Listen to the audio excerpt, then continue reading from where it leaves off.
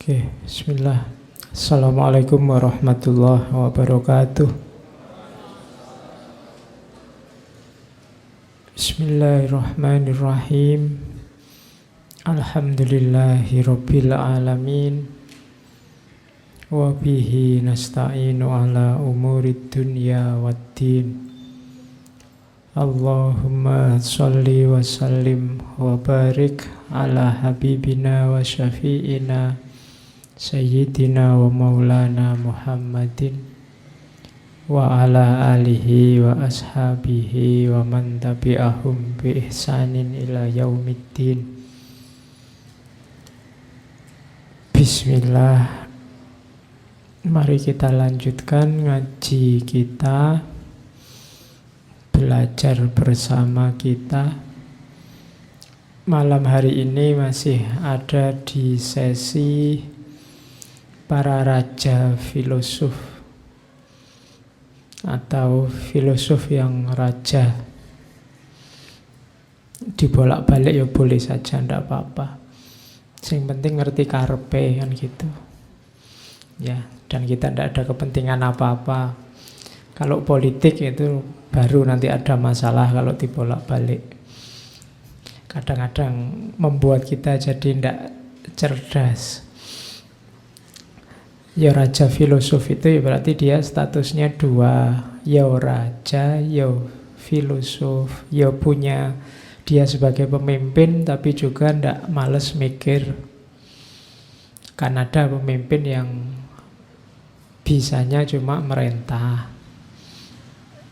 Dia sendiri tidak aktif berpikir. Nah, nanti dalam sejarah ada beberapa tokoh yang ya dia raja besar, sukses, tapi juga tidak males berpikir. Kita sudah ketemu dua orang di bulan ini. Yang pertama ketemu Marcus Aurelius, kemudian minggu lalu kita ketemu Umar bin Abdul Aziz. Malam ini kita ke India. Kita ketemu beliau dari dinasti Mughal, Abul Fath Jalaluddin Muhammad Akbar. Dari namanya kelihatan gagah. Orangnya pasti juga gagah. Dan waktu difilmkan juga gagah. India itu kan apa-apa ada filmnya. Oke, ya sebenarnya Indonesia juga bisa, cuma Indonesia kan tidak terlalu tertarik untuk bikin film-film tentang tokoh-tokoh legendaris. Oke, Jalaluddin Muhammad Akbar ini tokoh Sultan ketiga dari Kesultanan Mughal. Ya Mughal itu bahasa Parsinya, bahasa Urdunya Mongol. Ya. Sultan pertama namanya Babur. Babur itu masih keturunan keturunan kelima dari Timur Leng atau Tamerlane. Timur Leng itu kan masih keturunannya Genghis Khan. Timur Leng itu dulu yang menyerbu ke dunia Islam, tapi kemudian dia jadi Muslim. Itu hebatnya peradaban-peradaban besar secara ilmu. Islam itu dulu luar biasa di bidang keilmuannya, maka dia bisa membangun peradaban yang luar biasa. Yang menaklukkan malah jatuh cinta sama Islam terus masuk Islam. Mirip kasusnya kayak Jerman waktu menaklukkan Romawi. Romawi itu kan dulu kuat juga tradisi intelektualnya, meskipun secara politik kalah, tapi Jermannya malah tertarik dengan budaya intelek Romawi. Oke. Jalaluddin ini sultan ketiga. Ya karena Mongol ya ada bau-bau Tiongkok. Meskipun sama orang sana ndak di sini sih kayak di Indonesia. Ya, kita kan kadang-kadang agak rasis. Mau ngeritik apa-apa, lihat rasnya, lihat kelompoknya, lihat afiliasinya.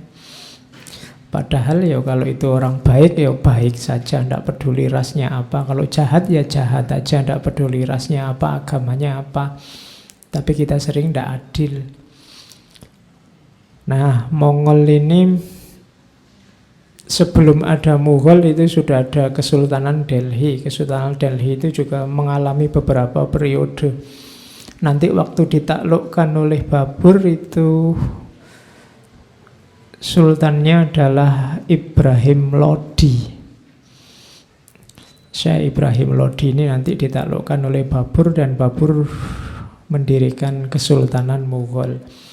Mughal ini satu dari 3 kekhalifahan, pakai saja istilah itu, di dunia Islam di era ketika modern baru dirintis di barat, sekitar abad 16-17.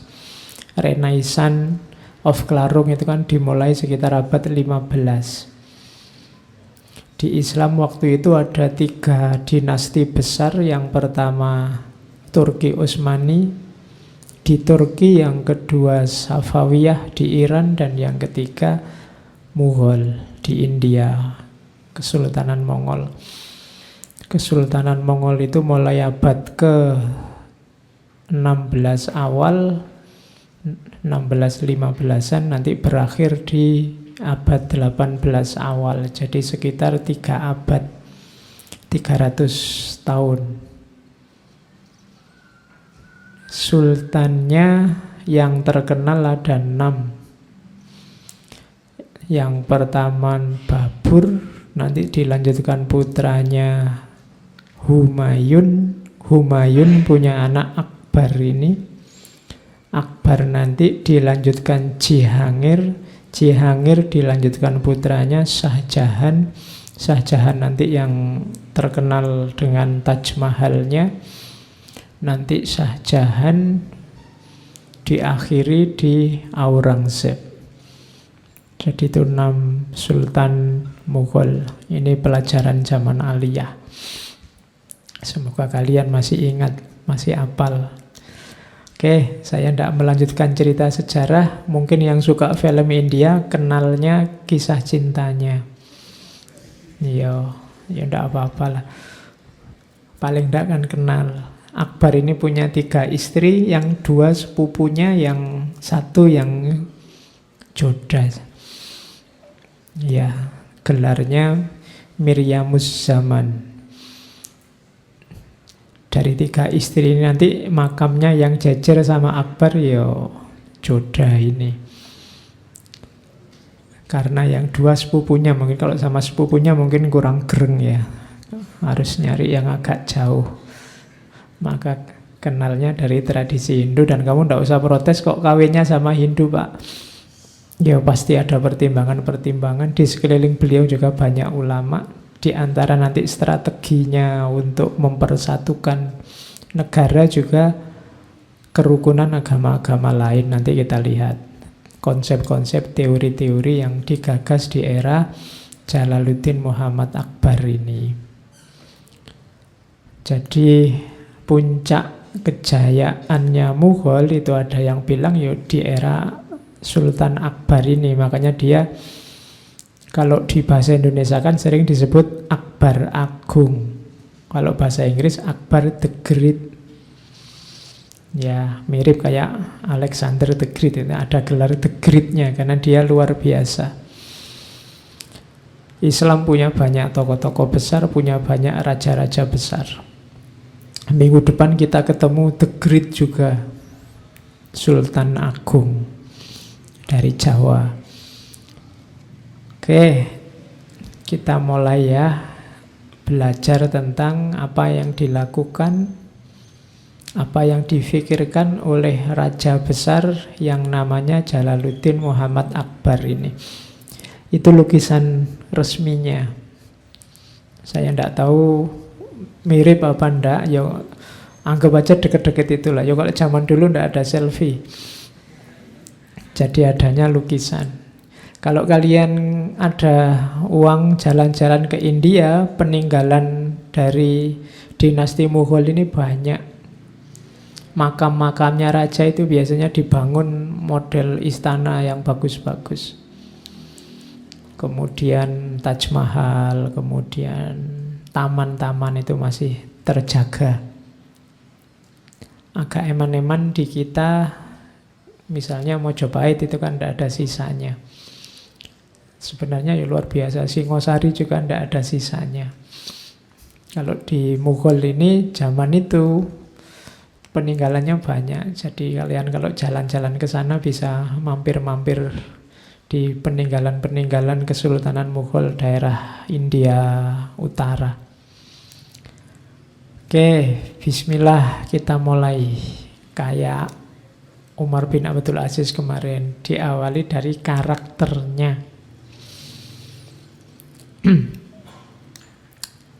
Yang pertama, karakter yang menonjol dari seorang Akbar Agung adalah cinta tanah air. Ya, nanti dia mengembangkan kasih sayang untuk alam semesta, rahmatan lil alamin, tapi ya terutama dia cinta sama tanah airnya, kejayaan bangsanya. Meskipun nenek moyangnya dari Cina, Genghis Khan dari Mongol, tapi dia kelahiran asli daerah India. Maka dia sangat cinta tanah airnya. Jadi tidak usah diragukan. Cinta tanah air dan kejayaan bangsa. Yang kedua, compassion. Compassion itu kasih sayang. Itu ada kalimat dari Abu Fazl. Abu Fazl itu salah satu sejarawan yang hidup zaman itu. Abu Fazl termasuk sejarawan yang pro Akbar.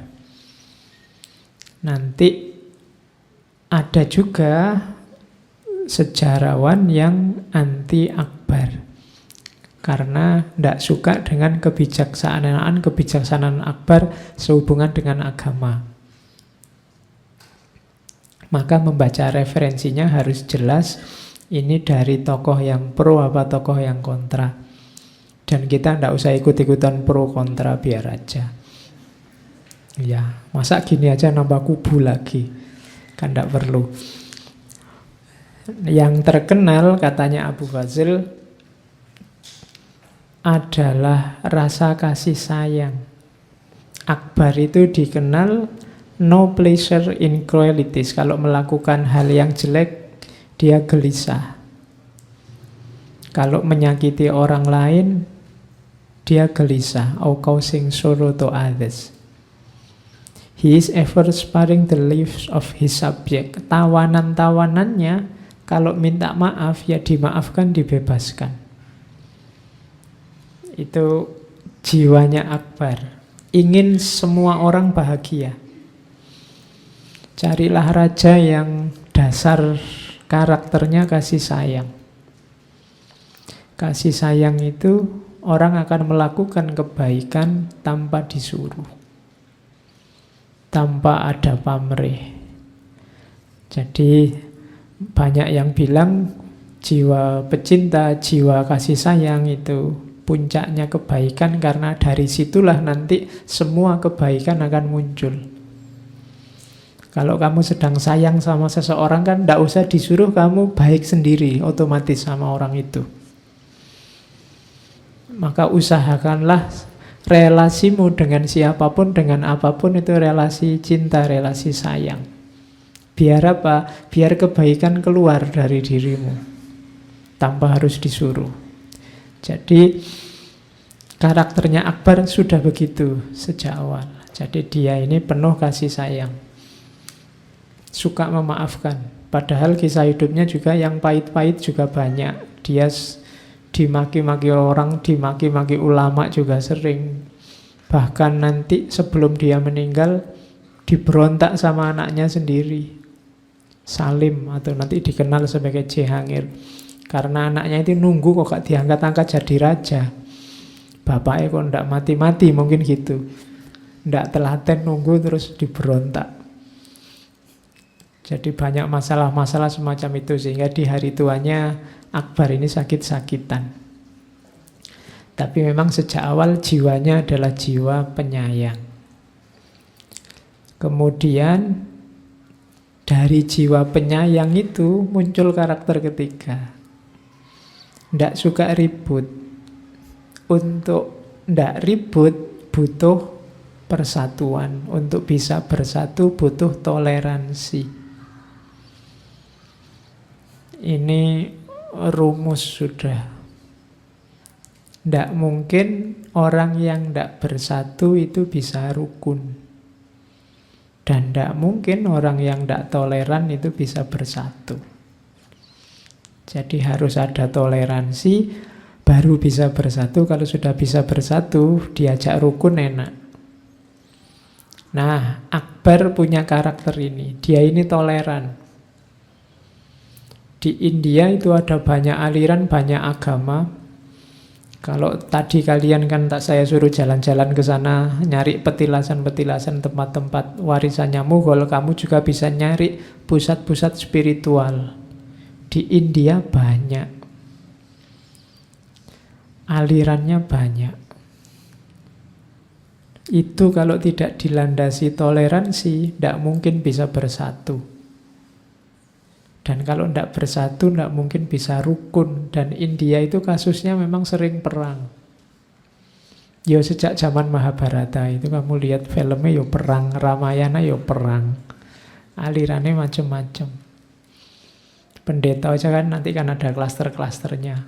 Ada yang simbolnya tegak lurus, ada yang horizontal, itu ya beda aliran. Jadi toleran, bersatu baru rukun. Kok Indonesia sekarang susah sekali rukun, geger terus, berarti tidak bersatu. Kenapa tidak bersatu? Biasanya karena tidak toleran. Tidak toleran itu tidak mau orang lain beda dengan dirinya. Toleran itu kan memaklumi perbedaan, berarti tidak toleran itu tidak maklum. Kalau ada orang beda dia tidak mau. Padahal katanya perbedaan itu sunnatullah. Nah, orang yang tidak toleran tidak mungkin bersatu, yang tidak bersatu tidak mungkin rukun. Nah, si Akbar ini punya 3 karakter ini sekaligus. Terus yang keempat, musyawarah itu pasti. Untuk apa? Mengelola perbedaan. Tidak boleh berhenti di toleran saja. Toleran itu pijakan awalnya. Hidup ini kan perlu orientasi tindakan. Kalau ini boleh, itu boleh, ini boleh. Lah terus yang harus kita lakukan mana? Itu kan perlu musyawarah. Kadang-kadang antar kepentingan tabrakan. Iya sih, aku harus toleran, kamu ke gerejanya hari Minggu. Sementara di tempat ini minggu itu waktunya kerja bakti. Oh itu kan kalau cuma sekedar toleran, akhirnya yang satu tidak pernah kerja bakti atau mengorbankan ibadahnya di hari Minggu. Biar tidak begitu gimana? Musyawarah. Orang harus mau duduk bersama. Tidak boleh saling mengharamkan. Kamu haram bagiku atau aku haram bagimu. Kalau haram-haraman tidak jalan. Jadi rumus selanjutnya musyawarah. Yang kelima jelas keadilan. Adil itu puncaknya nilai moral di banyak tokoh filsafat moral. Kamu jujur itu sudah fair, sudah adil. Begitu kamu tidak jujur, pasti ada yang kamu zolimi, tidak adil. Termasuk dirimu sendiri atau pikiranmu. Semua perbuatan baik itu pasti adil. Sementara semua perbuatan jelek, di balik itu ada ketidakadilannya. Jadi itu secara umum karakternya seorang Akbar. Saya tadi baru lihat 5 itu, tak pikir-pikir, iki kok koyo Pancasila. Kecuali yang nomor 1. Kasih sayang itu kayak kemanusiaan. Yang ketiga persatuan Indonesia. Yang keempat kerakyatan. Yang kelima keadilan. Iki yo ndak sengaja tapi yo pas. Berarti Pancasila itu memang yo masuk akal paling tidak. Ya, lu iki yang ngarang iso pas itu kan berarti dulu ya mikirnya tenanan lo, founding father kita itu. Kamu jangan mentang-mentang wis ngerti filsafat terus mau kritiki. Ndak. Para founding father kita ya ngerti lah mana yang baik untuk anak cucunya. Terus kita lihat sekarang kebijaksanaannya si Akbar. Yang pertama, kebijaksanaan sosial. Yang monumental dari Akbar ini menghapus praktek perbudakan. Zaman dulu perang, siapa yang menang berarti pasukan yang kalah ini ditawan dan dijual jadi budak. Kalau dalam Islam disuruh masuk Islam. Kalau tidak mau masuk Islam, ya dihukum. Zaman Nabi kan ada cerita mereka yang tidak mau masuk Islam, ya dihukum. Tapi karena Nabi juga penyayang, hukumannya ada yang disuruh ngajar sahabat-sahabat. Jadi di zaman Akbar praktek model perbudakan ini dihapus. Tidak ada. Tawanan tidak otomatis jadi budak. Kalau sudah selesai hukumannya ya dikembalikan ke keluarganya. Dan tidak dipaksa masuk Islam. Mau masuk ya monggo, tidak masuk ya tidak apa-apa. Tidak masalah kamu masuk surga sendirian, biar aja. Ya. Oke. Jadi yang pertama kebijaksanaan sosialnya itu. Yang kedua pajak tempat ibadah, khususnya tempat ibadah yang non-muslim. Sebelumnya itu dipajeki. Tapi begitu Akbar memerintah, pajaknya dihapus. Sudahlah tempat ibadah untuk ibadah, silahkan ibadah saja. Menghapus jizyah. Ini kayak Umar bin Abdul Aziz kemarin. Pajak untuk orang-orang non-muslim. Jadi memang ada ajaran dalam Islam namanya jizyah. Daerah-daerah yang ditaklukkan oleh muslim itu harus bayar jizyah.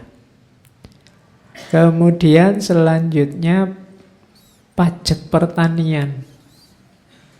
Akbar ini mungkin sayang sama para petani. Petani kan yang menguasai bahan makanan. Kesejahteraan antara lain kan keterpenuhan bahan makanan pokok. Maka pajak untuk para petani dihapus biar petaninya semangat bertani. Jadi ini kebijakan-kebijakan yang meningkatkan kesejahteraan rakyatnya. Termasuk yang non-muslim. Islam atau non-Islam tidak apa-apa, sama-sama bebas pajak. Terus menghapus perbudakan tadi sudah, melarang sati. Sati itu apa ya? Mungkin kalian pernah lihat film India, kalau suaminya meninggal, perempuannya ikut bunuh diri, ikut suaminya. Nah, itu ya kasihan sekali ya perempuannya. Padahal kalau perempuan meninggal, laki-lakinya nggak disuruh bunuh diri, laki-lakinya boleh kawin lagi. Tapi ada tradisi sati. Jadi kalau perempuan ditinggal mati suaminya, ya dia tetap harus ikut meninggal. Biasanya loncat ke atas api, lebih susah lagi itu. Kalau mati saja kan tidak masalah, itu disuruh membakar diri, oh itu lebih tragis lagi. Dan tradisi ini dilarang di zaman Akbar. Oke, ayo nanti kamu lihat film-film India zaman dulu tentang kerajaan-kerajaan, itu ada tradisi sati atau cerita-cerita wayang tertentu, ada wayang yang masih asli India. Ada model membakar diri. Terus ya karena kan suami istri itu kan harus sehidup semati. Jadi hidup bersama ya mati harus bersama. Cuma syarat dan ketentuan berlaku. Hanya untuk perempuan saja yang harus ikut semati sama suaminya. Kalau suaminya enggak. Oke, terus membolehkan janda menikah lagi. Ya, ada tradisi di India bahwa janda ya janda sudah, tidak bisa menikah lagi. Biasanya pakai baju putih. Kalau sudah pakai baju putih ya sudah tidak, meskipun masih muda, masih kinclong, masih kinyis-kinyis, ya tetap tidak boleh kawin lagi. Nah, itu susahnya perempuan India zaman itu. Oleh Akbar, tidak apa-apalah janda nikah lagi juga tidak apa-apa, kasihan yang jomblo-jomblo itu. Kalau nyari perawan susah ya janda. Loh ya kan tidak apa-apa, wong boleh kok. Malah sama janda kan enak, tidak butuh wali, bisa mengawinkan dirinya sendiri. Saya dapat cerita di mana itu ada, Pak, di daerah tertentu ada namanya prostitusi syariah loh Pak. Tak pikir kok ya ndak nyambung, prostitusi kok syariah itu gimana? Yang prostitusi itu kan ya pasti dosa kok syariah. Enggak Pak, maksudnya dibikin legal. Jadi sebelum ngamar itu ijab dulu. Jadi sudah disiapkan penghulunya sama saksi-saksinya, tinggal bayar berapa. Begitu mau masuk kamar, kobil tu nikah sah, masuk kamar sudah syar'i berarti. Kok enggak pakai wali? Ya enggak, kan itu sudah janda-janda yang kalau janda kan enggak butuh wali. Jadi yo cerdas juga orang-orang. Ya. Oke, akhirnya kan begitu masuk kamar kan sudah syar'i, sudah nikah, sudah halal. Bahwa besok pagi aku talak engkau ya kan enggak masalah juga, kan sudah dicerai. Oke, kalau dalam fikih namanya khilah. Jadi nyari jalan untuk enaknya sendiri. Nah, di zaman Akbar boleh janda menikah lagi, tidak apa-apa. Kasihan nanti tersiksa. Yo, kalau yang sudah tua-tua umur 70 sih tidak masalah. Kalau jandanya umur 20, 30 kan kasihan kalau tidak menikah. Terus melarang pernikahan dini. Zaman itu ada tradisi, biasanya masih kecil-kecil, mungkin kadang-kadang anaknya baru lahir, orang tuanya sudah besanan. Ada tradisi di daerah tertentu. Nah, itu kan kurang bijaksana, karena cerita ke depannya seperti apa kan tidak tahu. Kalau sudah dipatok sejak awal, nanti akan ada banyak masalah. Maka di zaman Akbar dibatasi laki-laki minimal 18, perempuan minimal 16. Nah, ini kebijaksanaan zaman Akbar, melarang pernikahan dini. Kalian ini kan sudah banyak yang 18 ke atas, jadi boleh menikah, silahkan. Yang perempuan juga kan pasti sudah di atas 16, jadi sudah boleh. Bahwa tidak ketemu calon itu urusan lain. Tapi sudah sah, sudah boleh. Tidak boleh di bawah itu karena belum dewasa. Kalau belum dewasa ya nanti rumah tangganya susah dikembangkan. Orang yang belum dewasa itu kan ya pengambilan keputusan, interaksi bersamanya itu sering juga bermasalah. Jadi ini contoh kebijaksanaan Akbar di bidang sosial, kehidupan bersama. Kebijakan politik, ini kebijakan yang menurut saya luar biasa. Yang pertama apa? Akbar memperkenalkan sistem birokrasi yang kalau pakai hari ini namanya birokrasi yang profesional. Melihat keahlian. Sebenarnya ini bukan yang pertama. Sejak zaman dinasti Abbasiyah misalnya, termasuk beberapa pejabat Umayyah, itu ada yang pejabat itu non-muslim. Akbar mengambil kebijakan bahwa yang jabat ya yang ahlinya. Jadi tidak dilihat dari suku apa atau dari agama apa. Yang seperti kita gegerkan kemarin, itu kalau niru sejarah itu kalau di Akbar ndak lihat identitas suku atau identitas agama, tapi kemampuannya. Jadi kemampuannya mengelola. Dan itu dilakukan Akbar, milih pejabat secara profesional. Bahkan nanti penasehat-penasehatnya Akbar itu lintas agama. Kalau sekarang mungkin staf ahlinya. Staf ahlinya itu macam-macam, non-muslim banyak, yang Hindu juga banyak. Terus yang kedua tadi ya, toleran, plural, dan kesetaraan.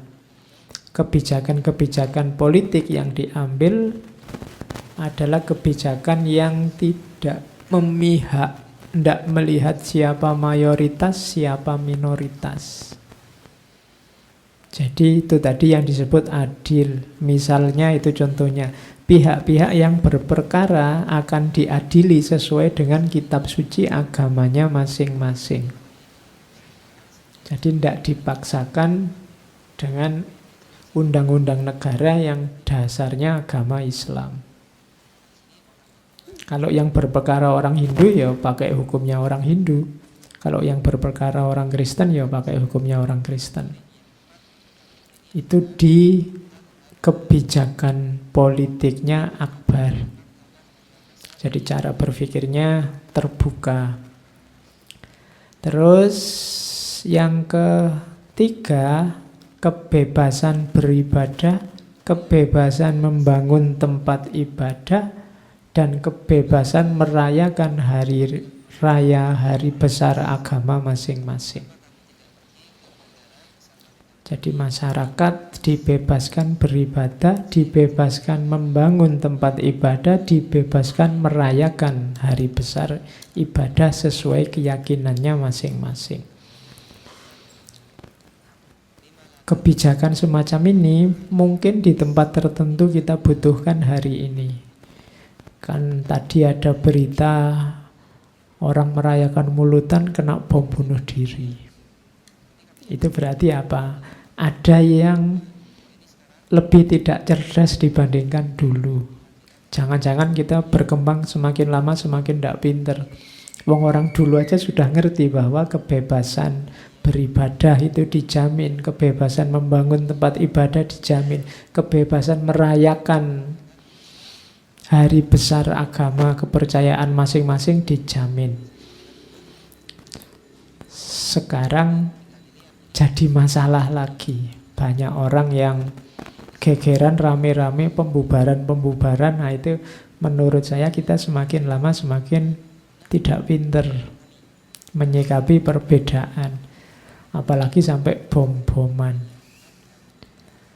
bunuh-bunuhan sesama saudaranya sendiri. Itu mungkin kita perlu sosok kuat seperti Akbar. Dia juga banyak dihujat ulama-ulama zaman itu beberapa kebijakannya, tapi dia ulama yang kuat, dia raja yang kuat, umarok yang kuat. Terus memberi hadiah pada rakyat yang miskin. Biasanya hadiah tanah. Kerajaan juga memberi terkenal Akbar ini suka mewakafkan tanah untuk torekot-torekot. Jadi Akbar ini dekat dengan torekot Sistiyah kalau di India, dengan tokohnya Mu'inuddin Chisti. Jadi kalau ada masalah itu beliau datang terus ziarah ke makamnya Mu'inuddin Chisti untuk merenung, untuk mencari solusi dari masalah yang dihadapi. Jadi berarti Akbar ini suka ziarah. Saya tidak tahu zaman itu sudah ada NU apa tidak. Cabang India berarti kalau ada. Oke, kita kan mikirnya selalu begitu. Jadi itu kebijakan politiknya Akbar. Ini saya ambil beberapa saja, paling tidak nanti ada gambaran sebelum kita masuk ke gagasan besarnya. Seperti itu loh sosoknya seorang Akbar. Pendidikan. Dia kabarnya membangun ribuan madrasah, baik untuk anak muslim atau anak non-muslim. Kemudian menggenjot kajian-kajian umum, matematika, geografi, logika, sejarah, astronomi. Membangun perpustakaan besar-besaran di mana-mana. Bahkan nanti ada perpustakaan khusus perempuan. Nanti bahkan di rumahnya sendiri perpustakaan pribadinya kabarnya menyimpan sekitar 24.000 buku pribadi dalam banyak bahasa. Ada Urdu, Sanskerta, Persia, Yunani, Latin, Arab. Berarti setidaknya beliau menguasai bahasa-bahasa itu. Ya, yo mungkin mirip lah kayak kita Indonesia ngerti, Jawa ngerti, kemudian Inggris sedikit-sedikit, Arab kan kita ngaji Al-Quran bahasa Arab, kemudian yo kan paling tidak kan kita ya punya lah, meskipun tidak banyak. Mungkin kelemahan utamanya bukan bahasa, kelemahan utamanya ketekunan dan semangat untuk membacanya yang beda. Kita bisa bahasa Indonesia lah, buku bahasa Indonesia kan juga banyak, tapi berapa banyak buku yang kita baca, kuncinya di situ. Kalau Akbar meskipun sultan, bayangkan kesibukannya seorang sultan, tapi beliau masih sempat mengoleksi 24.000 buku. Ya mestinya kan nggak cuma dikoleksi saja. Wong itu perpustakaan pribadi. Kemudian membiayai para sarjana untuk proyek penerjemahan. Coba dilihat ya, bangkitnya intelektualitas keilmuan di dunia Islam diawali Abbasiyah dulu, itu juga proyek besarnya penerjemahan. Dilanjutkan juga sekarang oleh Akbar juga penerjemahan. Jadi kalau teman-teman mau, boleh sekarang juga digalakkan penerjemahan. Cari buku-buku penting. Ya memang menerjemahkan itu tidak dapat nama sendiri kamu yang menerjemahkan. Mungkin hasilnya juga kecil dibandingkan nulis buku sendiri. Tapi manfaatnya mungkin lebih besar. Daripada kamu baca tulisanku misalnya tentang Immanuel Kant, mending kamu langsung baca bukunya Immanuel Kant. Tidak bisa Pak, itu gunanya terjemahan. Cuma yo penerjemahan tidak bisa sembarangan. Yo yang mampu menerjemah, yang belum mampu latihan dulu. Karena kadang-kadang baca buku terjemahan itu pusingnya 3 kali lipat dibandingkan baca buku aslinya. Apalagi yang nerjemah bukan bidangnya. Saya pernah baca terjemahan itu ada kalimat seorang paradok. Aku bingung ini paradok kok jadi seorang itu loh. Iya. Nah itu mungkin penerjemahnya nganggapnya paradok itu nama orang, paradok itu statusnya sopo gitu. Jadi jadinya seorang paradok. Nah, itu yang tidak ngerti-ngerti kan dianggapnya beneran. Nanti kamu di kelas bilang menurut paradok nanti gitu. Itu jasanya terjemahan, makanya harus hati-hati. Harus ada yang ahli menerjemah, karena orang pinter itu kan tidak cuma orang-orang di sekeliling kita yang berbahasa bahasa kita. Banyak orang pinter di sana sini yang pakai bahasa yang lain. Oke, jasanya besar untuk membangun peradaban. Dulu Barat juga begitu, banyak menerjemahkan dalam bahasa mereka karya-karya para ulama Muslim. Kita juga dulu menerjemahkan karya-karya para ulama Yunani. Akbar juga melakukan hal yang sama. Boleh ditiru kebijakan di bidang pendidikan. Terus kita mulai sekarang gagasan-gagasan utamanya dalam agama. Yang itu tadi cuma pengantarnya untuk membuat kita kenal apa dan siapa seorang Akbar Agung.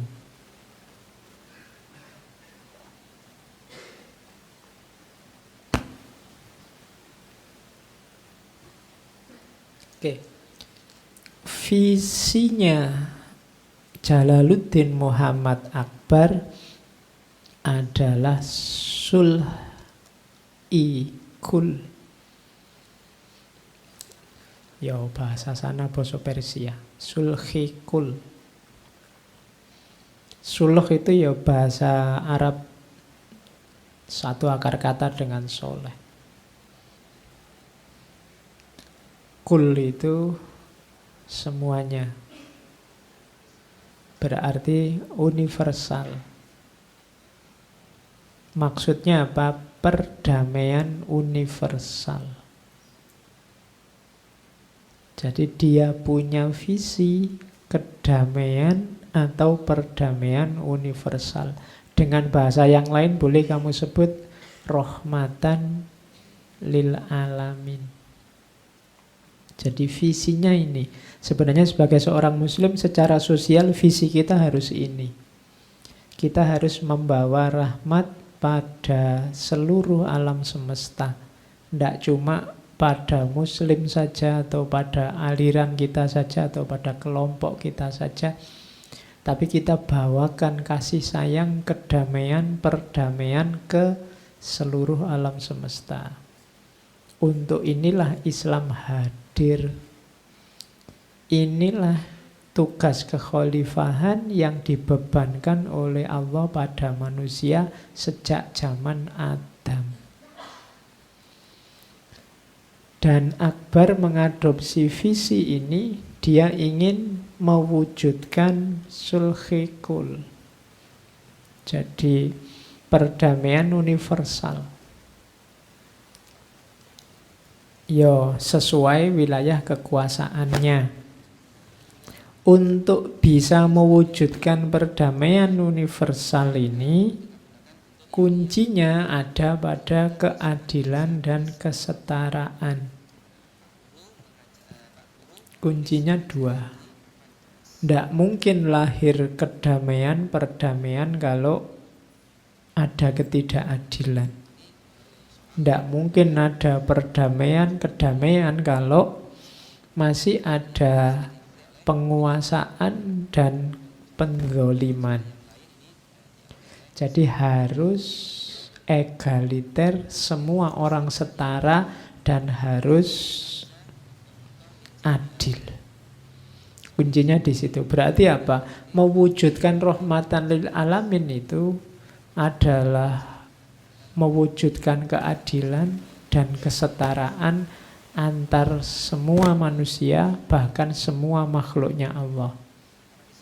Ini visi sulhikul. Ini kelihatannya besar luar biasa ya, tapi setiap muslim harus mewujudkan ini di wilayahnya masing-masing.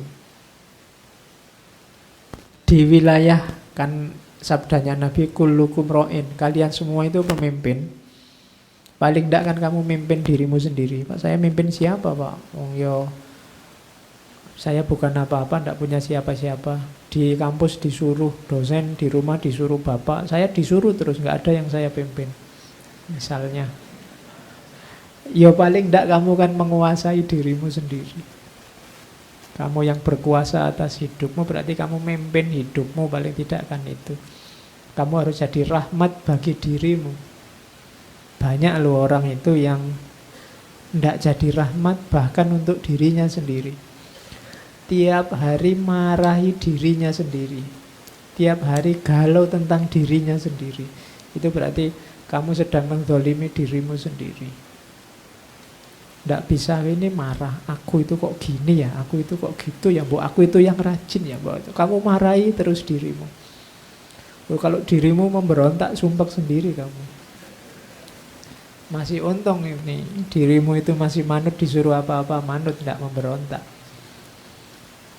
Oke, jadilah rahmat bagi dirimu sendiri. Dituntun dirimu ke arah kebaikan, tapi jangan dimarah-marahi terus. Oke, wong yang salah kamu kok dirinya yang dimarahi. Ya, susah ya kamu mengambil jarak dari dirimu. Oke, jadi bikin perdamaian, bikin kedamaian bahkan dalam dirimu sendiri. Tidak mungkin orang mewujudkan kedamaian keluar kalau dirinya sendiri tidak damai. Kegelisahan-kegelisahanmu di dalam akan kelihatan di luar. Kenapa kok sekarang banyak orang yang kalimat-kalimatnya menggelisahkan, tindakannya menggelisahkan? Kemungkinan besar dirinya yang dalam juga sedang gelisah, keluarnya gelisah. Maka wujudkan sulhikul di semua level. Berarti apa? Wujudkan keadilan di semua level, wujudkan kesetaraan di semua level. Jadi ini dasarnya nanti semua kebijakan-kebijakan yang diambil oleh Akbar. Terus, kenapa dia ngambil itu? Persaudaraan, perdamaian universal. Karena situasi India. India itu sangat luas penduduknya. Sebenarnya secara geografis bahkan Indonesia ini masih masuk gugusan India. Makanya dulu oleh Belanda disebut Hindia. Karena kita dijajah Belanda, orang menyebutnya Hindia yang Belanda. Jadi hakikatnya kita masuk dalam wilayah itu. Nah, wilayahnya sangat luas, isinya macam-macam dan tidak pernah kompak. Secara politik selalu terpecah-pecah, kecuali kompaknya waktu dijajah. Kompak kenapa waktu dijajah? Sama-sama dijajah semua. Itu baru kompak. Sama-sama menderita, sama-sama diatur oleh Inggris. Dan secara sosiologis, ras, budaya, agama, kepercayaan, macam-macam. Ya, kalau pakai bahasa di Indonesia, kondisi kebinekaannya luar biasa, mungkin lebih luar biasa dibandingkan Indonesia. Kemudian pengalaman politiknya, pengalaman kehidupan bersama itu pengalaman yang banyak pahitnya. India itu dalam sejarah 3 kali diinvasi, tidak cuma dijajah. Jadi 3 kali kena invasi. Kalau invasi itu ya didatangi terus didiami. Sama kayak Israel Palestina itu kan diinvasi wilayahnya Palestina, diduduki. Dan India 3 kali ngalami itu. Yang pertama sekitar tahun 1500-an sebelum Masehi, masa kuno sekali. Yang menginvasi apa? Suku Arya, bangsa Arya. Yang belajar sejarah pasti tahu penduduk aslinya kan orang menyebutnya Dravida. Kecenderungannya kulitnya hitam. Sementara orang Arya ini ya tipikal ras besar, putih, gagah kayak Eropa itu Arya. Makanya bintang film India itu kan kadang yang bintangnya gantengnya luar biasa, tinggi besar, pasangannya bintang yang lain kelihatan hitam-hitam, kecil itu. Nah, itu beda ras. Ya sekarang mungkin lebih unggul yang jaya, yang kaya raya ya ras Arya ini. Jadi itu 1500 sebelum Masehi itu diinvasi. Jadi penduduk lokalnya tergusur. Kemudian datang Islam sekitar 1000 Masehi.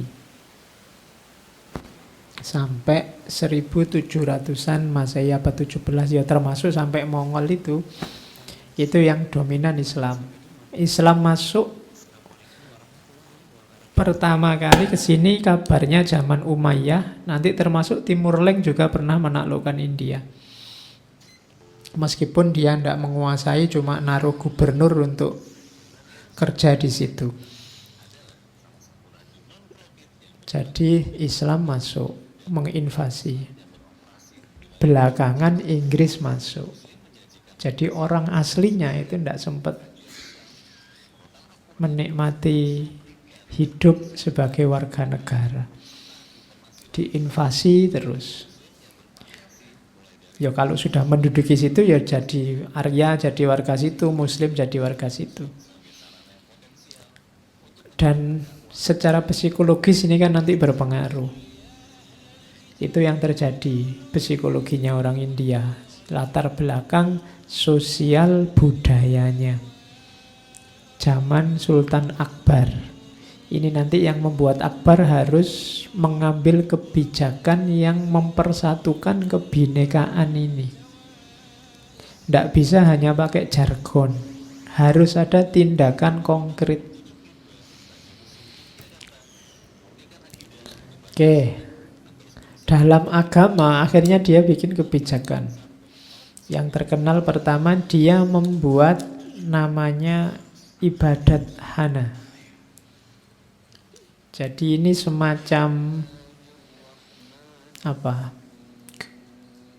forum diskusi agama. Ya, jadi forum tempat ulama-ulama, awalnya sebenarnya untuk ulama-ulama Muslim untuk membahas urusan agama di situ. Tapi nanti dalam perkembangannya jadinya forum diskusi lintas agama. Tapi difasilitasi oleh negara, tempatnya namanya ibadat hana. Dan Akbar ini suka sekali dengan forum-forum semacam ini. Ya karena kebetulan dia raja, akhirnya kan dia gampang tinggal ngundang orang-orang pintar seluruh negara. Sudah kamu duduk di sini, tak bikinin istana, namanya ibadat hana, diskusi di situ, saya ikut. Nanti dari sini lahir kebijakan yang terkenal dini ilahi itu. Jadi untuk problem kebinekaan dalam agama dan dalam beragama, di antara kebijakan yang diambil Akbar adalah membuat forum diskusi, forum musyawarah antara agama. Karena kalau tidak ada media yang memungkinkan duduk bersama antar intelektual agama ini, antara ulama, pendeta, nanti umatnya bisa bingung. Karena pendapatnya macam-macam, beda-beda. Tujuannya membahas persoalan agama, namanya ibadat khana. Ya mungkin kalau sekarang mirip-mirip apa ya, tapi MUI kan tidak lintas agama. Jadi fatwanya kan fatwa untuk muslim. Ini sebenarnya dulu awalnya untuk muslim saja, tapi kemudian jadinya lintas agama. Sebenarnya bagus juga untuk acara TV. Kalau mau bikin acara TV yang isinya semacam ini. Jadi ahli agama saling diskusi. Jangan cuma bahas politik. Bahas politik wis ono ILC dan lain-lain. Diskusi agama nanti lintas agama biar orang tahu, oh menurut perspektifnya agama itu tentang ini begini toh. Oh, menurut perspektif agama ini tentang ini begitu toh. Wawasanmu akan jadi luas. Yang di sini ada, kalau ada produser TV bisa dipertimbangkan. Ya, biar acaranya tidak cuma sinetron sama kartun. Oke, cuma nanti Akbar jengkel sama, bukan sama lembaganya, tapi sama ulama-ulamanya. Ini semula kan tempat untuk diskusi urusan agama, lama-lama kok jadi gegeran.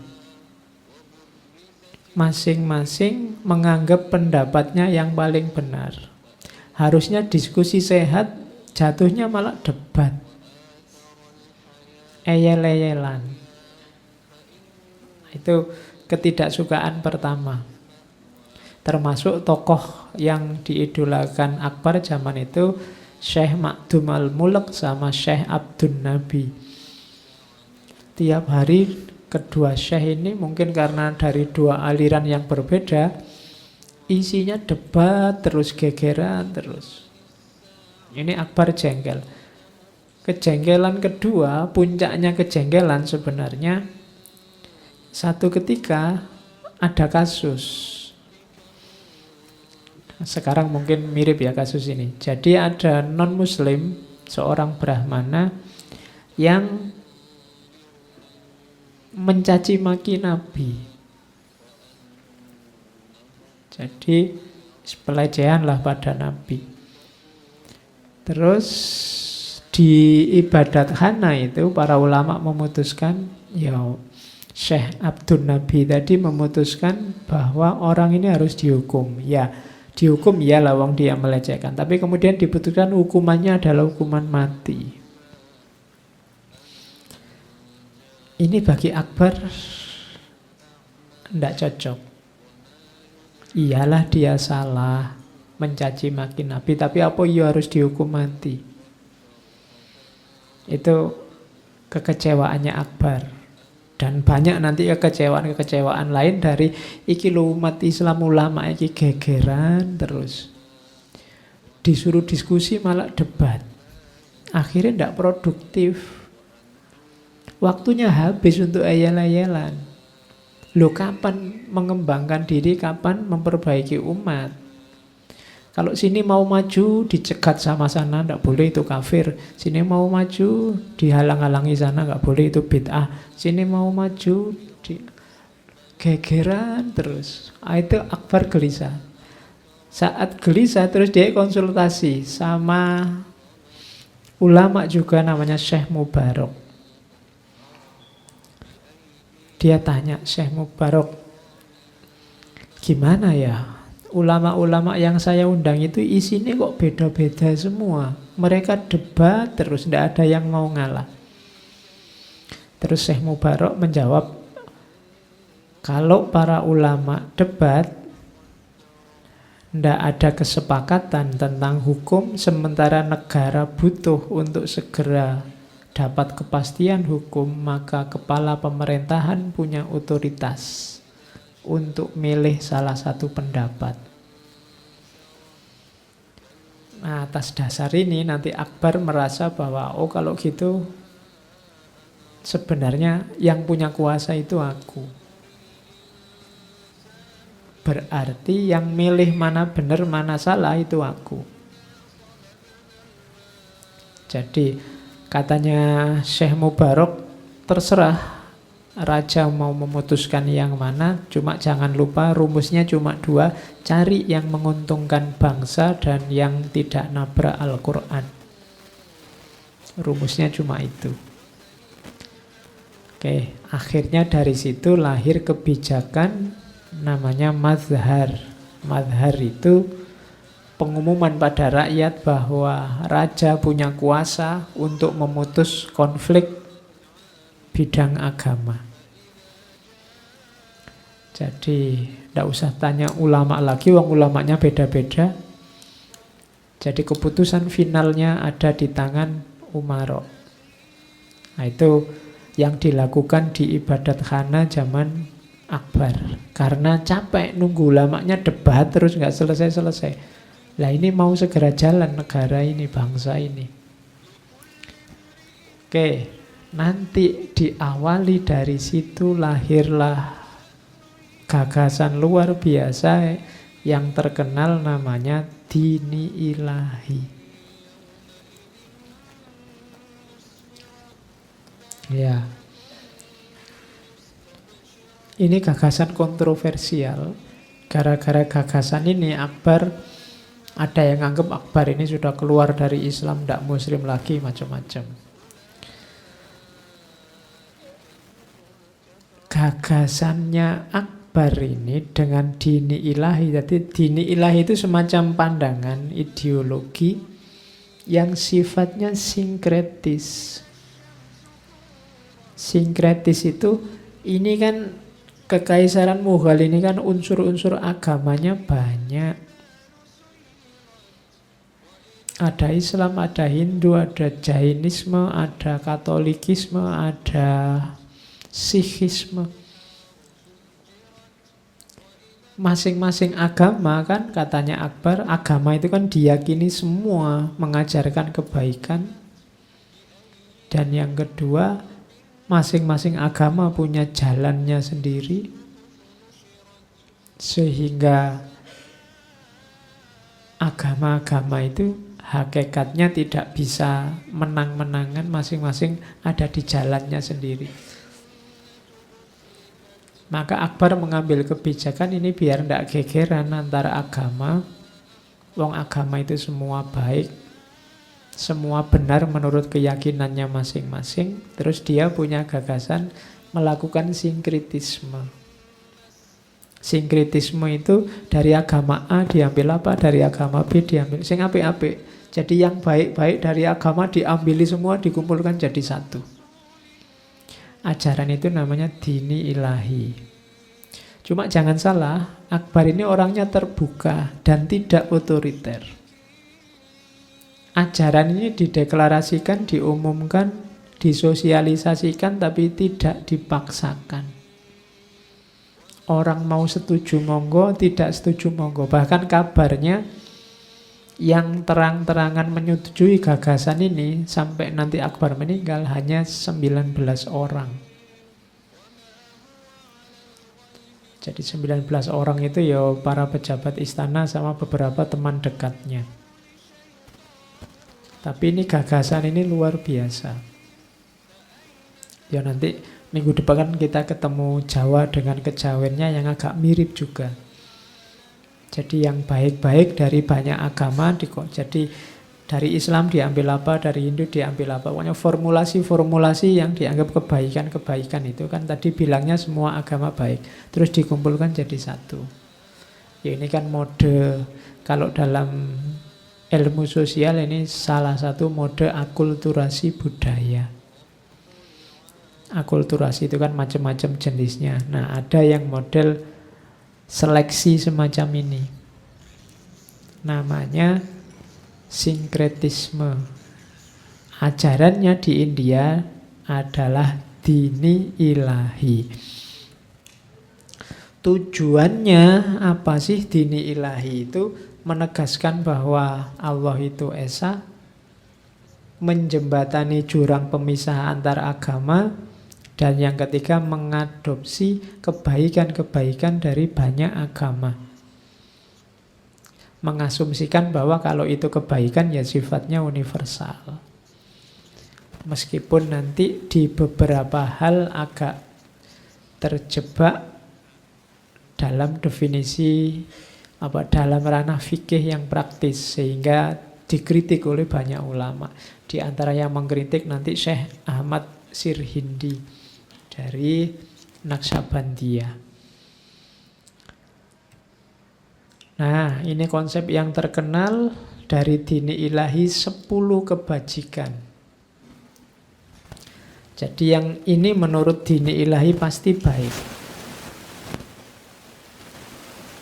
Yang pertama apa? Berpikiran bebas dan murah hati. Berpikirlah, luaskanlah wawasanmu, jangan terjebak sekat-sekat, dan murah hatilah. Itu kebaikan. Yang kedua, maafkan yang bersalah dan taklukkan kemarahan dengan kelembutan. Itu pasti baik. Berarti kebalikannya jelek. Dendam itu jelek. Kemudian marah-marah itu jelek. Sama siapapun tentang apapun. Tidak setuju tidak masalah, tidak cocok tidak masalah, tapi jangan dendam. Jangan marah-marah. Taklukkan kemarahan dengan kelembutan. Inti ajarannya hampir semua agama itu untuk melawan nafas amarah. Menaklukkannya apa? Pakai kelembutan. Yang ketiga, latihan puasa menahan diri dari dorongan duniawi. Ini baik. Lawannya berarti jelek. Lawannya apa? Tergelincir, tergoda oleh dorongan duniawi. Kita butuh dunia ya, tapi jangan jatuh cinta sama dunia. Kita butuh makan ya, tapi jangan orientasi hidup hanya makan. Karena makan itu untuk mendukung hidup. Kan kamu sering ada orang tanya secara guyon, makan untuk hidup apa hidup untuk makan? Jawaban filosofisnya harus makan untuk hidup. Jangan hidup untuk makan. Dan jangan tergoda oleh dunia. Bahwa kamu menikah ya, bahwa kamu punya anak ya, bahwa kamu kaya ya, tapi jangan tergoda oleh dunia. Terus yang keempat, tidak terikat dengan dunia materi. Yang kelima, hati-hati jangan emosional menghadapi pro dan kontra. Kenapa jangan emosional? Pro kontra itu wajar. Tidak usah kagetan, tidak usah gampang galau kalau pendapatmu disetujui atau dibantah oleh orang. Kalau tindakanmu diiyakan atau ditidakkan oleh orang. Tidak apa-apa, dunia itu memang begitu. Ada yang setuju, ada yang tidak setuju. Terus jalankan kebajikan dengan berani. Kalau kamu yakin itu kebaikan, jalankan, tidak perlu takut-takut. Kan dalam agama ada gium, kalau dalam sufi itu ada gium. Ini kadang keras, kadang lembek. Kalau mikrofon kan tidak apa-apa, marah-marah keras. Kalau lembek lembut kamu tidak kedengaran. Jadi ada gium bahwa kalau kamu enggan melakukan kebaikan karena takut dilihat orang lain, itulah riya. Jadi riya itu bukan kamu memamerkan kebaikan. Dalam dunia tasawuf ada, kalau kamu malu melakukan kebaikan karena dilihat oleh orang lain, sebenarnya itu riya. Lah kalau pamer, kalau kamu memamerkan kebaikan itu sebenarnya lebih dari riya, itu musyrik. Kenapa? Ketika kamu pamer kan ada sombongnya. Kesombongan itu musyrik, syirik kecil. Jadi justru gayamu yang tidak mau dilihat orang lain itu sebenarnya pamer. Misalnya Jumatan ada kotak muter, saya mau ngasih tapi tidak usahlah nanti dilihat orang lain kayak orang sodako aja, tidak. Kalau biasanya rajin tahajud, begitu nginep di rumah temannya terus nggak enak mau tahajud, nanti dianggap anak soleh lagi. Itu sebenarnya riya. Kalau mau sholat aja tidak masalah. Orang mau komentar apa, monggo. Nganggap kamu anak soleh apa tidak, monggo. Jadi ketika kamu tidak melakukan perbuatan baik karena orang lain, itu kan berarti pertimbangan kebaikanmu masih orang lain, masih manusia yang lain. Jadi masih belum Allah langsung. Ya lebih parah lagi kalau kamu melakukan kebaikan ingin pamer. Di situ pasti ada kesombongan, dan kalau ada kesombongan ya musyrik. Jadi hati-hati, kita sering di situ. Makanya nasihatnya Jangan terikat dengan dunia. Hati-hati menyikapi pro kontra. Lakukan kebajikan dengan berani, bersuaralah yang lembut, dan berucaplah dengan ramah. Terus, baik pada orang lain, putus hubungan dengan keburukan dan dosa. Kalau punya teman suka melakukan maksiat, suka melakukan dosa, putus saja hubungannya karena merusak frekuensimu. Teman itu mempengaruhi. Terus mengabdi seutuhnya hanya pada Allah. Ini dikenal sebagai konsep kebajikannya dini ilahi. Ini mengambil intisari dari agama-agama. Kalau Islam kan kelihatan sekali tasawufnya. Karena yang seragam dari agama-agama ini kan kebanyakan dimensi batinnya. Bukan dimensi fikihnya, bukan dimensi lahirnya. Terus, ini contoh yang saya sebut sinkretis tadi. Dari Islam misalnya diambil tasawufnya tadi kan, jiwa harus disucikan, kita harus selalu merindukan Allah, merindukan Tuhan. Kemudian dalam dini ilahi juga kalau ada orang memutuskan untuk tidak menikah, itu harap dimaklumi. Tidak apa-apa, kalau ini masuk ajaran Katolik. Kalau di kalian kan apapun yang terjadi menikahlah. Ya, kalau di kita harus menikah. Nah, kalau di Katolik tidak menikah tidak apa-apa. Dan ajaran tidak menikah tidak apa-apa harus dimaklumi itu diambil oleh dini ilahi. Ya mungkin dalam rangka biar kalian yang jomblo-jomblo nggak dapat-dapat itu tenang. Ya kan ada orang yang entah karena alasan apa memutuskan tidak menikah. Terus dilarang membunuh binatang. Ini ngambil dari Jainisme. Ya, itu yang sinkretik ya. Terus menggunakan simbol cahaya, matahari atau api. Ini pengaruh Zoroastrianisme pasti. Mengadopsi juga agak dekat dengan larangan menyembelih binatang, itu dilarang membunuh sapi. Untuk menghargai yang Hindu. Ya kalau di Indonesia kan dicontohkan oleh Sunan Kudus. Ya, itu pengaruh Hinduisme. Ini contoh sinkretik. Jadi nanti dini ilahi itu punya banyak sekali ajaran, seperangkat ajaran antara lain itu menunjukkan oh ternyata memang dia ngambil dari banyak agama, diramu jadi satu. Agamanya namanya dini ilahi. Cuma Akbar ndak misi. Jadi dia ndak nyuruh orang untuk ikut ini, tapi dia hanya suka diskusinya, merumuskannya, filosofinya. Yang ikut monggo, yang ndak ikut ndak apa-apa.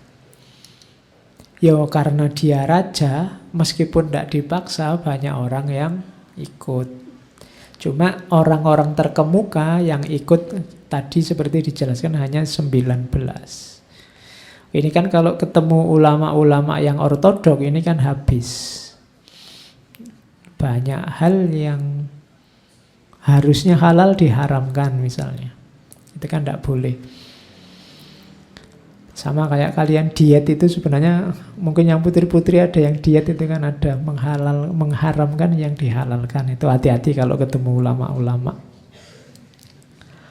Oke, jadi contohnya dini ilahi. Ini kode-kodenya.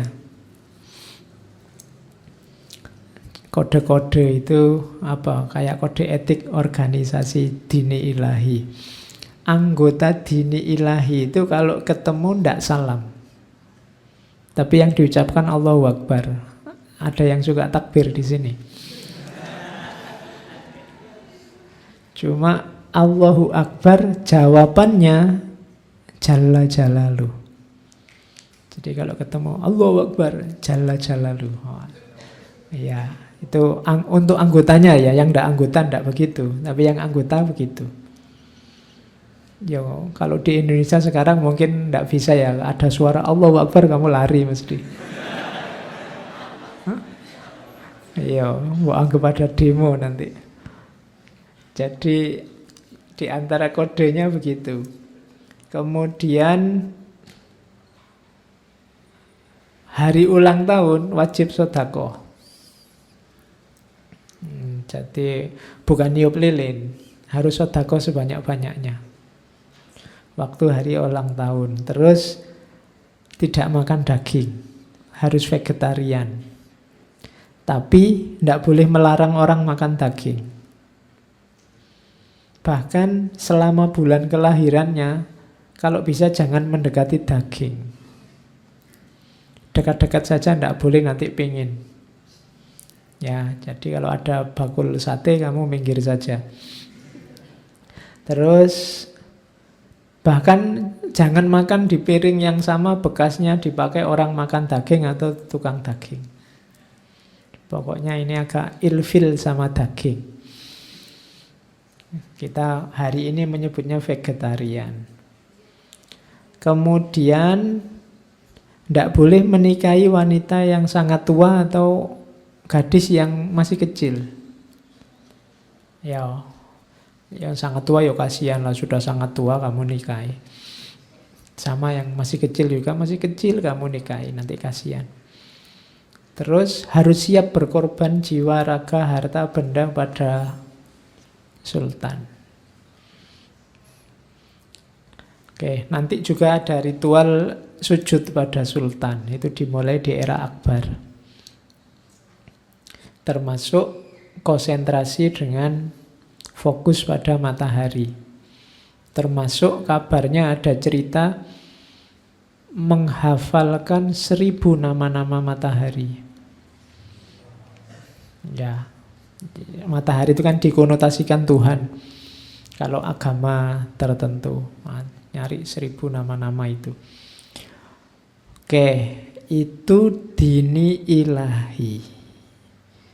Jadi ajaran sinkretik agama-agama hasil comotan dari banyak agama, dijadikan satu, dipilihi yang cocok untuk kebaikan saat itu. Oke, jadi ini isu dini ilahi itu kontroversinya luar biasa dan muncul 3 pemberontakan pada Akbar gara-gara dini ilahi ini. Padahal Akbar juga tidak maksa orang untuk masuk dini ilahi, tapi bagi kalangan tertentu dia dianggap sesat, murtad, sehingga harus dilengserkan, tapi 3-tiganya kalah. Pemberontakan itu tidak ada yang sukses ya, karena yang dilawan raja yang punya kekuatan militer. Nah, di antara tokoh-tokoh dini ilahi itu ada salah satu sahabatnya paling dekat dari agama Hindu. Namanya Birbal. Kalau kalian baca buku dini ilahi itu, jadi Akbar ini punya 9 kawan dekat, loyalisnya 9 orang tokoh lintas agama, sehingga disebut 9 mutiara. Ini isinya orang pintar semua, cendekiawan semua dalam agamanya masing-masing. Salah satunya ada cendekiawan Hindu namanya Birbal. Saya bawa malam ini Birbal ini. Birbal ini tandingannya kalau di Islam mirip kayak Nasruddin. Jadi kalau kalian baca buku-buku anekdot di India sana, nanti ada kisah anekdot Akbar dan Birbal. Itu pergaulan 2 orang ini. Yang satu Muslim, yang satu Hindu, yang satu raja, yang satu pegawainya. Cuma yang digambarkan sangat cerdik ini Birbal. Malam ini saya bawa beberapa anekdot sama mirip kayak Nasruddin kemarin. Ya anekdotnya anekdot yang berisi, bukan anekdot yang sekedar isinya tertawa. Oke, saya bawa misalnya ada anekdot tafsir mimpi. Jadi satu ketika Akbar ini mimpi semua giginya tanggal. Kamu ngerti ya gigi tanggal itu, copot lah. Jangan-jangan kamu mau anggap tanggal itu kalender. Semua giginya copot kecuali satu. Wah, Akbar gelisah ini, mimpinya kok aneh ini. Diundanglah ahli-ahli tafsir mimpi. Terus ditanya, kira-kira maksudnya mimpi itu apa? Semua ahli tafsir mimpi bilang itu maksudnya semua keluarga raja akan meninggal. Jadi semuanya akan mati sebelum Akbar. Jadi tinggal Akbar saja nanti. Nah itu Akbar tidak suka. Tafsirnya kok ngeri gitu. Tidak enak. Akhirnya manggil sahabatnya, Birbal, kamu kan kabarnya orang cerdik. Maksudnya mimpiku itu apa? Apa benar semua keluargaku meninggal? Oh enggak. Maksudnya mimpi itu bukan semua keluarga sampean meninggal, tinggal sampean. Maksudnya mimpi itu sampean akan hidup lebih lama dibandingkan keluarga yang lain.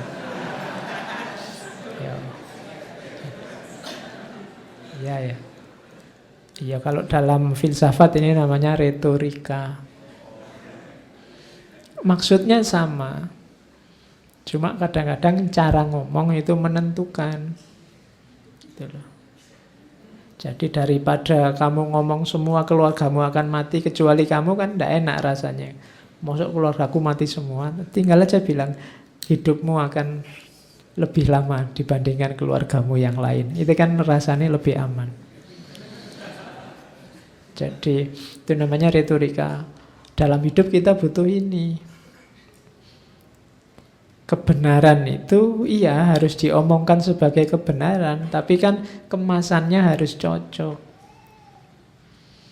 Harus pas. Cara mengungkapkannya, situasinya, kemudian tujuannya apa. Kalau asal nabrak saja, ngomong apa adanya, kadang-kadang malah kebalikannya, blunder, kontraproduktif. Yang kita inginkan apa, hasilnya apa.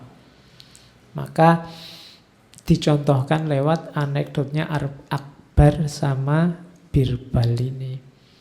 Jadi yang semua bilang bahwa keluargamu besok mati semua kecuali kamu. Diganti aja kalimatnya, jangan begitu. Kamu akan besok hidup lebih lama dibandingkan keluargamu. Itu kedengarannya kan lebih nyaman di telinga meskipun kebenarannya sama. Oke, terus ini kalau ini main cerdik-cerdikan. Jadi satu ketika Akbar ini ingin nguji anak buahnya. Dia ngasih satu kantong yang isinya 300 koin emas. Katanya Akbar, siapa yang bisa membelanjakan 300 koin ini, yang sepertiga dibelanjakan dan langsung dapat balasan 300 koin juga, bahkan lebih. Sepertiga yang kedua dibelanjakan tapi balasannya nanti di akhirat. Sepertiga yang terakhir dibelanjakan tapi balasannya tidak jelas. Di dunia apa di akhirat, dua-duanya tidak kelihatan. Itu kan kalimatnya bulat, mikirnya lama. Tidak ada yang bisa. Akhirnya Birbal, oke saya sanggup. Jadi yang pertama dibelanjakan terus ada hasilnya. Bahkan hasilnya lebih dari yang dibelanjakan. Yang kedua dibelanjakan, ada hasilnya tapi hasilnya besok. Yang ketiga dibelanjakan tapi tidak jelas ini hasilnya sekarang apa nanti. Oleh Birbal, sepertiga yang pertama dipakai untuk jagong. Kalau di Indonesia jagong ya, apa? Mengunjungi pernikahan. Jadi ada keluarga pengusaha yang anaknya menikah, didatangi, dibawai uang 100 keping koin emas sambil bilang, ini ada hadiah dari sultan terhadap pernikahan anakmu. Saudagar itu begitu dikasih hadiah sultan, kan dia senengnya luar biasa. Sultan lo yang ngasih, presiden lo yang ngasih. Saking senengnya wong dia pengusaha, akhirnya ngasih balasan. Wong dia saudagar, balasannya jauh lebih banyak daripada sumbangannya raja. Jadi yang pertama sukses. Diberikan tapi kembalinya lebih banyak. Terus sepertiga yang kedua ya gampang. Kalau ini bisa ditebak, kamu tinggal datang ke rumahnya fakir miskin, anak yatim, orang terlantar. Ketika dikasih 100 koin yang kedua,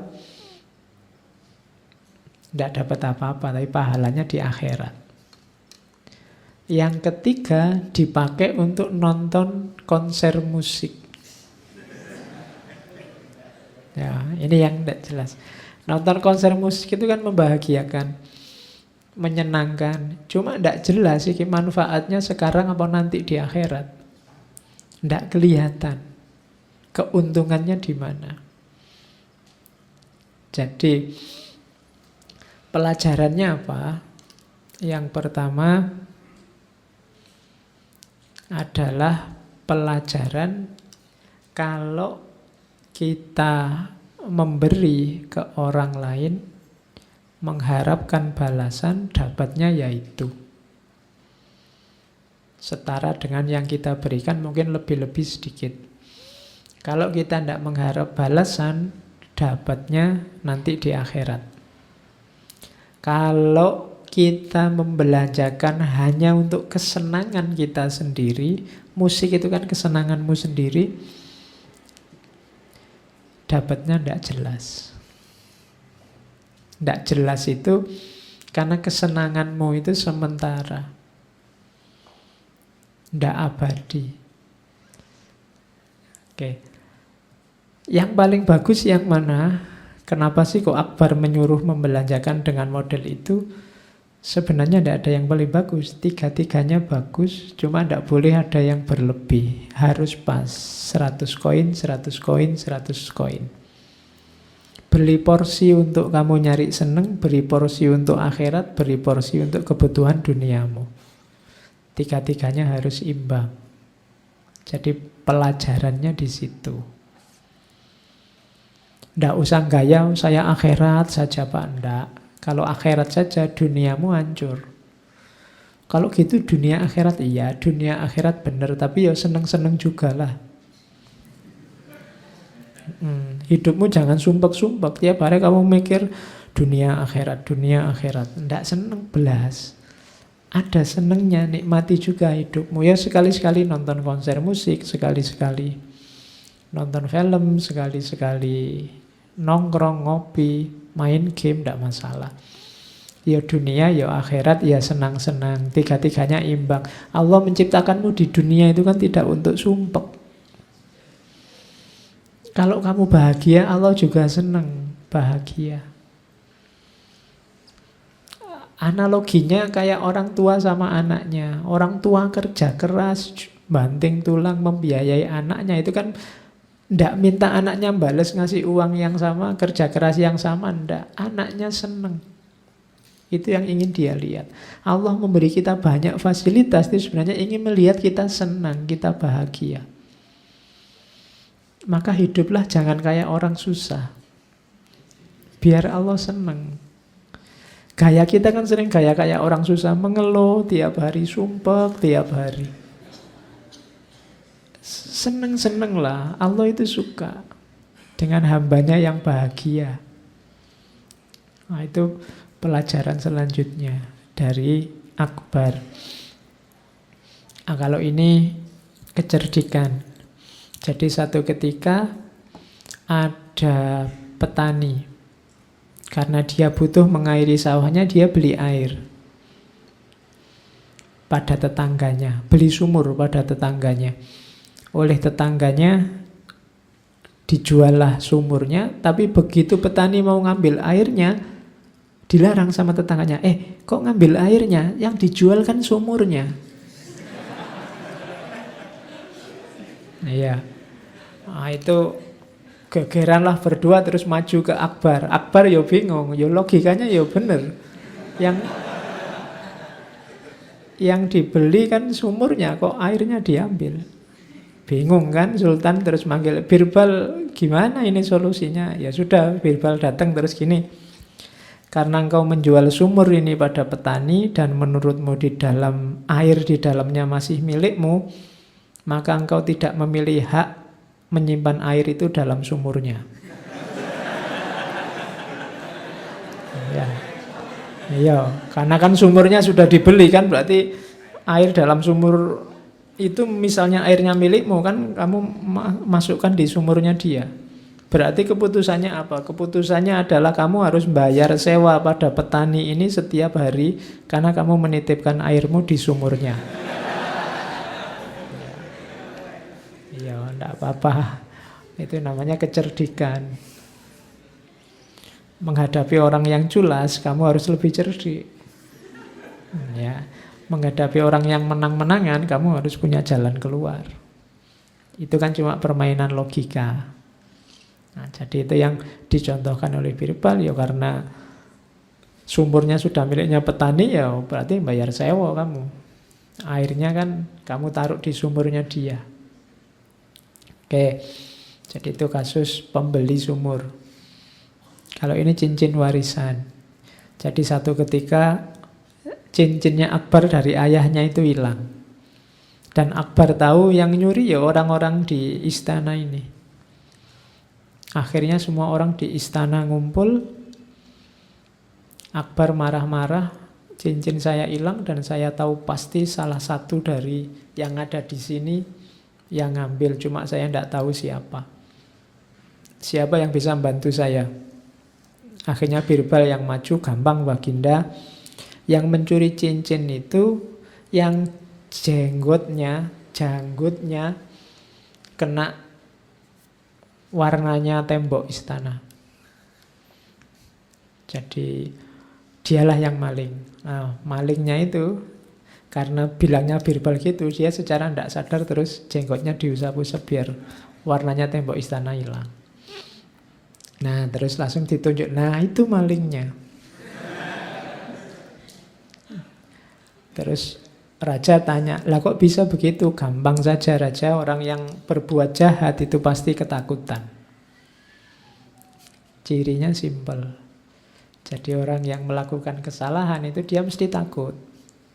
Padahal tadi yang ngomongnya ngawur. Bahwa jenggotnya mesti kena tumpahan catnya kamar istana itu kan. Secara tidak sadar terus dia ngusap jenggotnya. Padahal tidak ada apa-apa. Yang membuat dia mengusap apa? Ketakutannya. Cara paling gampang mendeteksi siapa yang salah itu yang salah tingkah, gugup. Itu kan kenapa orang bersalah pasti ketakutan. Cara paling simpel. Makanya ada alat deteksi kebohongan, itu kan memanfaatkan psikologi ini.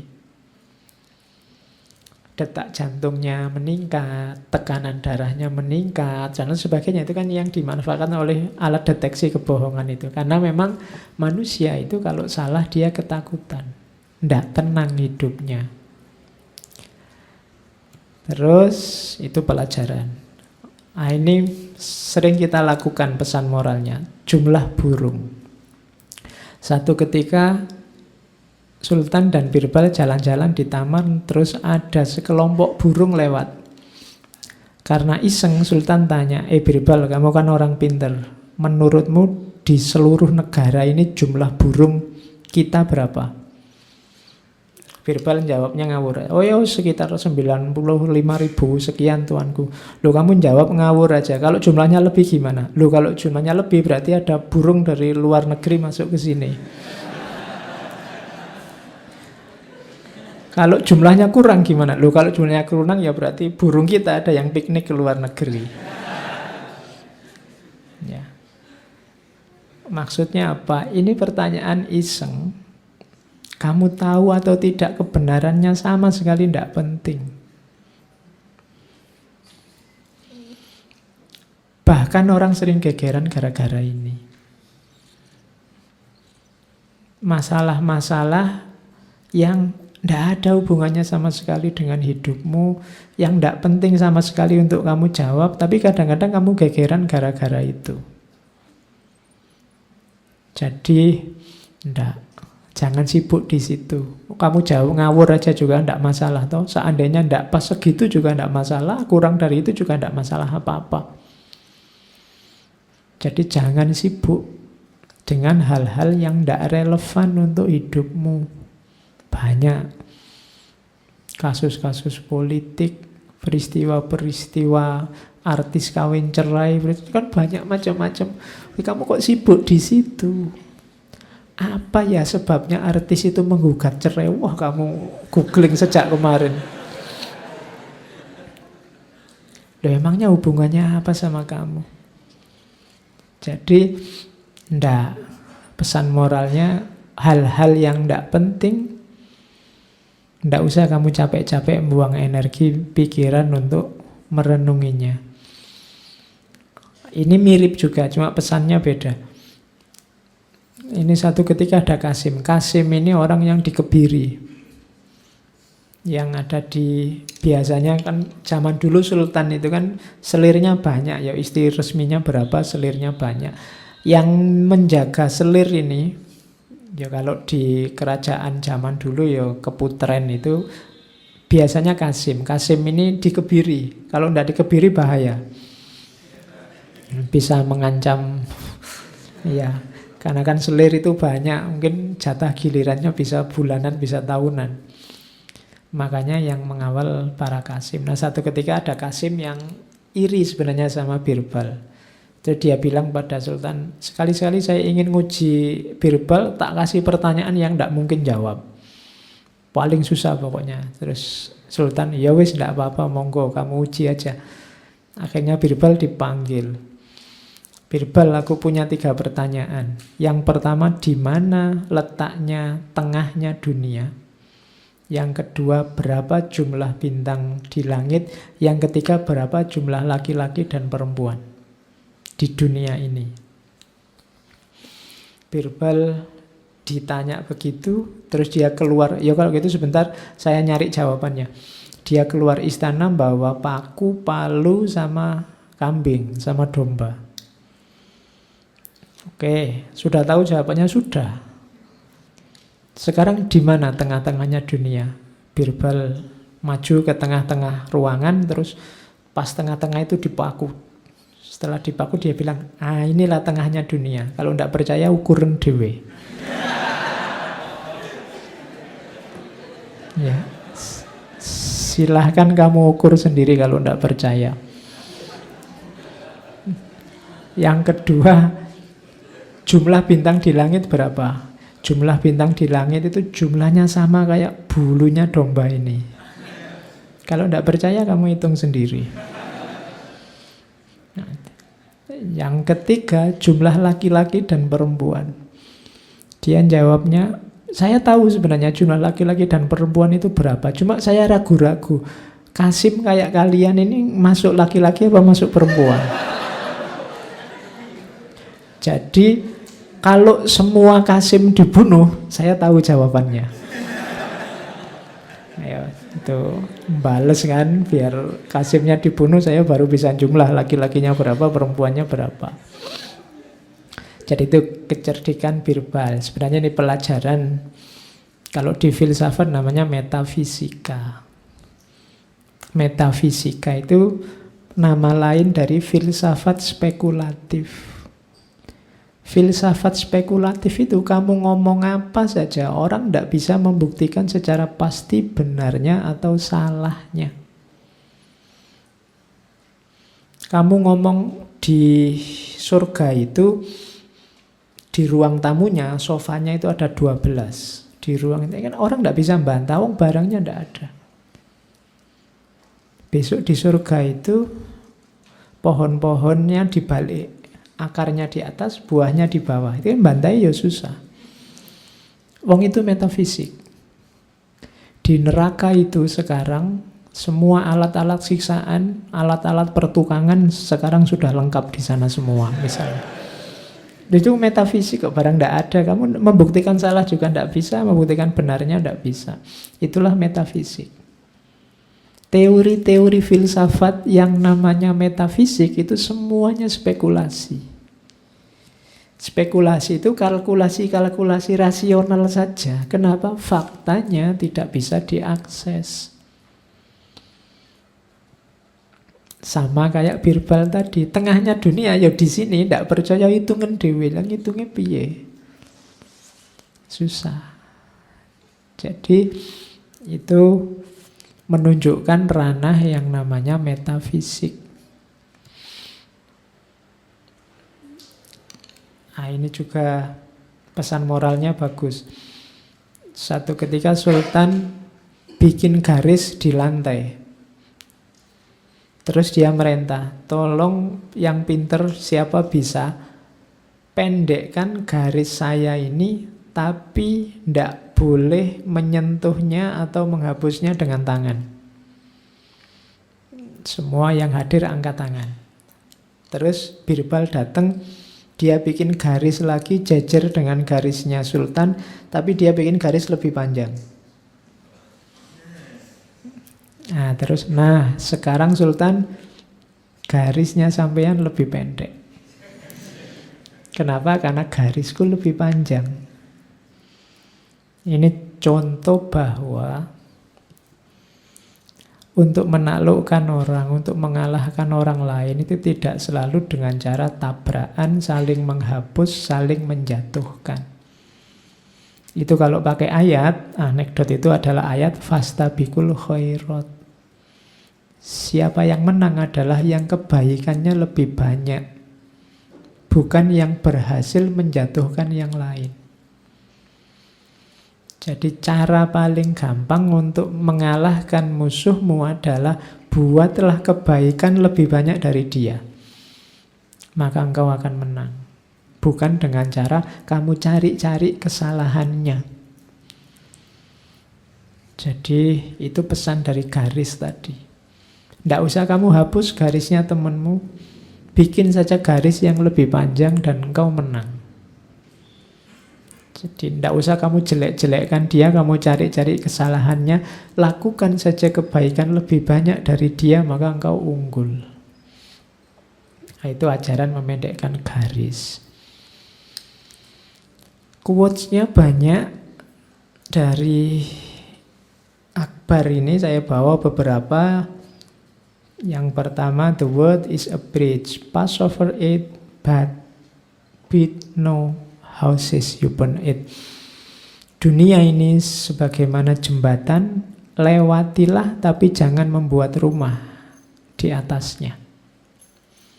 Ini kalau bahasa Jawa, urip itu cuma mampir ngombe. Jadi kita mampir sebentar. Keajaiban, mukjizat itu terjadi di semua kuil dari setiap keimanan. Keajaiban itu tidak tergantung agamanya, tapi tergantung keyakinan para pengikutnya. Berarti apa? Agama kita itu kuncinya di kita. Kalau kamu ingin Islam jaya, tergantung dirimu. Kamu ingin Islam jatuh, ya tergantung dirimu. Di agama lain banyak juga mukjizat, di kita juga banyak mukjizat. Dari mana mukjizat itu muncul? Keimanan, keyakinan para pengikutnya. Jadi rumusnya itu. Miracles, keajaiban-keajaiban terjadi di kuil-kuil dari setiap keimanan. Berarti apa? Agama-agama itu setara kalau hanya dilihat di level keajaibannya. Terus, ya kalau ini biasa, learning is a plant that grows in all climes. Jadi belajar itu menanam yang pasti tumbuh di semua musim. Ini juga bagus, tiap hari kita dianjurkan untuk belajar. Kalau ini ajaran sufistik, sebagian penyembah Tuhan yang jadi tujuannya adalah perkembangan nasibnya sendiri,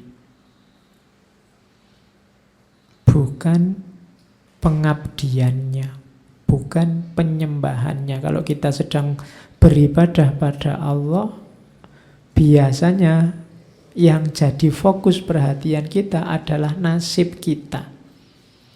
Ketika kamu sholat, ketika kamu berdoa, ketika kamu mengabdi pada Allah, fokusmu biasanya hanya nasibmu. Aku ini diterima apa tidak doaku, dikabulkan apa tidak keinginanku, apa manfaatnya ibadah ini bagiku, yang kamu pikir selalu dirimu, selalu nasibmu. Allah tidak masuk hitungan. Jadi not his worship, bukan yang kamu sembah. Tapi fokusmu hanya egomu, nasibmu sendiri. Jadi aku sudah istiqomah apa belum, aku sudah ini apa belum, Allah akan membalas berapa kali lipat ya, nanti aku dapat apa ya. Selalu fokusnya pada perkembangan. Aku ini levelnya kira-kira sudah makom berapa ya, kira-kira sudah ahwal berapa, makom berapa, sama dia tinggi mana ya kira-kira, mursyidnya ampun dia. Pokoknya selalu dirimu terus yang kamu perhatikan. Allahnya hilang.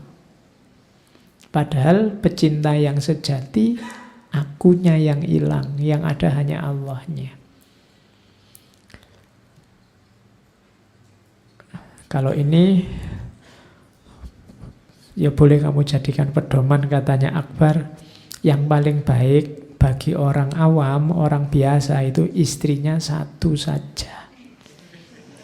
Jangan banyak-banyak. Nah, kalau ingin istri banyak, jangan jadi ordinary man, jadi sultan dulu. Ya, jadi yang terbaik itu istrinya satu saja. Terakhir, ini kalimatnya Birbal, banyak dipakai di dunia sufi. Jadi satu ketika Akbar minta, Birbal buat satu pernyataan yang berguna, baik bagi yang sedang gembira maupun yang sedang dirundung kesedihan. Jawabnya Akbar, kalimat besar itu, ini akan berlalu. Jadi kalian mengalami apapun, kesedihan atau kesenangan, ingat-ingat kata-kata itu, ini akan berlalu. Kamu sedang seneng karena apa? Jangan berlebihan, kenapa? Karena pasti akan berlalu kesenangan. Kamu sedang sedih juga tidak usah khawatir, tidak usah merasa duniamu gelap mau kiamat, kenapa? Pasti juga akan berlalu. Jangan putus asa karena ini pasti akan berlalu dalam kesedihanmu. Juga jangan lupa diri dalam kesenanganmu karena itu pun juga akan berlalu. Kebahagiaanmu apa sekarang? Wisudakah? Baru dapat pacar baru kah? Baru dapat. Senengnya terbatas, pasti akan berlalu. Ya kamu dapat pacar baru sekarang seneng, tapi tunggulah 2, 3, 4 bulan lagi, paling lama setahun ya. Nanti kamu gelisah lagi, senengnya berkurang banyak. Lulus juga begitu, waktu wisuda kamu seneng-seneng, begitu toka dikembalikan kamu sumpek lagi. Sekarang mau apa? Maka tidak usah galau, tidak usah gampang kaget, tidak usah gampang sumpek, semuanya pasti berlalu. Tidak ada duka yang selamanya, tidak ada suka juga yang selamanya. Ini akan membuat hidupmu stabil. Yo, nanti kamu bisa bikin spanduk besar, taruh di kamarmu, kalimatnya itu. ini akan berlalu. Jadi kamu yang tersiksa di kos-kosanmu bocor lah, apalah. Ya, ya enggak apa-apa, tenang aja, ini akan berlalu. Malam minggu kamu sendirian di kamar, mau ngapain, yang lain apel, kamu sendirian di kamar, enggak apa-apa, ini akan berlalu. Ya, jadi kamu enggak mudah galau, hidupnya tenang, santai. Oke, saya kira itu kenalan kita sama Akbar. Paling tidak malam ini kita bisa tahu seperti itulah karakternya seorang sultan besar, khalifah besar dari dinasti Mughal. Minggu depan kita pulang ke Jawa, ke Indonesia. Kita ketemu raja filosof yang lain. Kita berangkat ke Mataram, ketemu Sultan Agung. Oke, saya kira itu, kurang lebihnya mohon maaf. Wallahul muwaffiq, wallahu a'lam bissawab. Wassalamualaikum warahmatullahi wabarakatuh.